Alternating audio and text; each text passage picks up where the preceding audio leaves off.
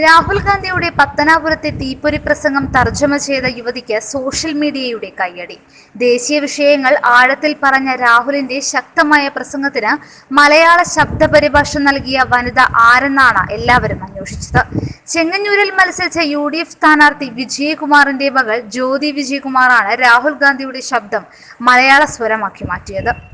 Thiruvananthapuram civil service അക്കാദമിയിലെ sociology ഫാക്കൽറ്റിയായി ജോലി ചെയ്യുന്ന ജ്യോതി നേരത്തെ രാഹുൽ പങ്കെടുത്ത മത്സ്യത്തൊഴിലാളി സംഗമത്തിലും പരിഭാഷകയായിരുന്നു. 2016-ൽ സോണിയാഗാന്ധി കേരളത്തിലെത്തിയ സന്ദർഭത്തിൽ അന്നത്തെ പ്രസംഗവും പരിഭാഷപ്പെടുത്തിയതും ജ്യോതിയായിരുന്നു. തിരുവനന്തപുരം മാർ ഇവാനിയോസ് കോളേജിലെ ആദ്യ വനിതാ ചെയർപേഴ്സണായിരുന്നു ജ്യോതി വിജയകുമാർ. തിരുവനന്തപുരം പ്രസ് ക്ലബ്ബിൽ നിന്നും പത്രപ്രവർത്തനത്തിൽ ബിരുദാനന്തര ബിരുദം സ്വന്തമാക്കിയ ജ്യോതി മലയാളത്തിലെ സ്വകാര്യ ചാനലിൽ ജോലി ചെയ്യുന്നുമുണ്ട്. News desk top news Kerala.